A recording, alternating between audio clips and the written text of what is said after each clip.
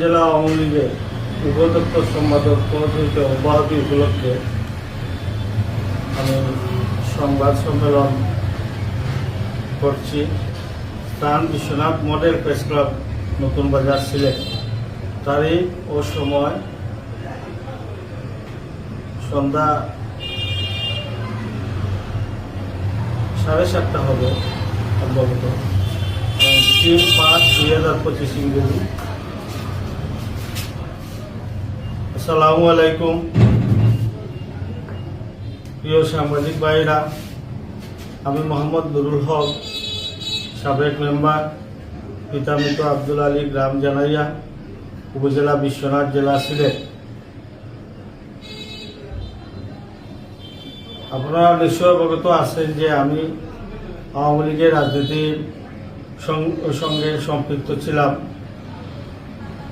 দীর্ঘদিন থেকে। আমি 1995 সাল থেকে আওয়ামী লীগের রাজনীতির সাথে সম্পৃক্ত। আমি বিশ্বনাথ উপজেলা আওয়ামী লীগের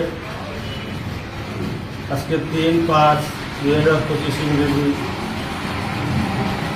বিশ্বনাথ উপজেলা আওয়ামী লীগের উপদপ্তর সম্পাদক পদ থেকে ও দলীয় সকল প্রকার কার্যক্রম থেকে অব্যাহতি নিয়েছে। প্রিয় সাংবাদিক ভাইরা,